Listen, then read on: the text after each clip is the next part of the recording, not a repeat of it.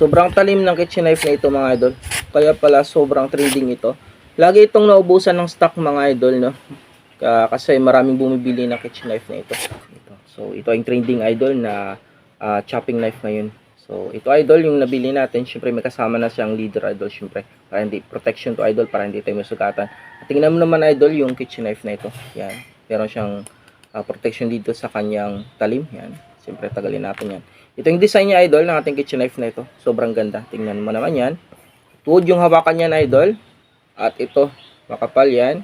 Syempre yung design niya maganda. Ito idol naka-design to para sa pag-chopping talaga no, sa mga buto-buto dyan idol. Ito yung bilhin nyo na kitchen knife mga idol yan sa chopping knife. Syempre idol, isa-sharp test natin to para sa inyo mga idol.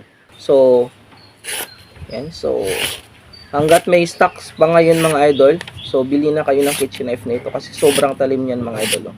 So yan mga idol, so gustong bumili nito ng kitchen knife na chopping knife natin mga idol. So click nyo lang idol dito yung ating yellow basket sa baba para mag-order kayo nito mga idol ng kitchen knife na sobrang talim. Siyempre, maganda mga idol.